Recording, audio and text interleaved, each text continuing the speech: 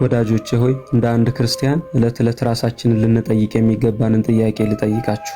ዛሬ አሁን በዚህ ሰዓት የህይወታችን ስንተኛው ሰዓት ላይ እንዳለን እናውቅ ይሆን? ምናልባትም አሁን ይህችን አጭር ቪዲዮ አይተን ሳንጨርስ እግዚአብሔር የሰጠን የተጋድሎ ዘመን ቢፈጸምስ? ለመሆኑ ስንት ዓመት እንደቀረን ማወቅ የቻለን እንኖር ይሆን? ዛሬ ታኅሳስ 10 ቀን ታስበው የሚውሉት ግብፃዊው ቅዱስ አባት አባ ዮስጦስ በዓለማዊ ነገሮች ልባቸው ታስሮ ዕለተ ሞታቸውን የዘነጉ እንደኔ ያሉ ደካማ ክርስቲያኖችን አሁን ስንት ሰዓት ነው እያሉ ይጠይቁ ነበር። ለመሆኑ አሁን ስንት ሰዓት ነው? ገና የህይወታችን ማለዳ ላይ ይሆን ያለ ነው ወይስ በፀሐይ ነዳድ የተመሰለው ዝሙት የሚበረታበት የህይወታችን እኩለ ቀን ላይ እንሆን? ስንቶቻችን ይሆን የህይወታችን ፀሐይ ልትጠልቅ ከጫፍ የደረሰችው?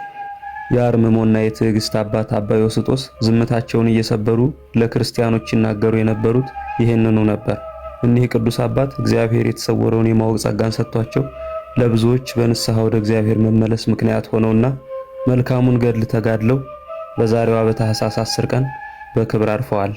የኒህን ቅዱስ አባት ሙሉ ተጋድሎ ማወቅ የምትፈልጉ ዩቲዩብ ላይ ዝምተኛው መነኩሴ አባ ዮስጦስ ብላችሁ ሰርች ብታረጉ ታገኙታላችሁ። አምላከ ቅዱስ አባ ዮስጦስ ለንስሐ በቅተን ስጋውን በልተን ደሙን ጠጥተን ክብሩን መንግስቱን ለመውረስ ያብቃን። ወስብሐት ለእግዚአብሔር። ይቆየ።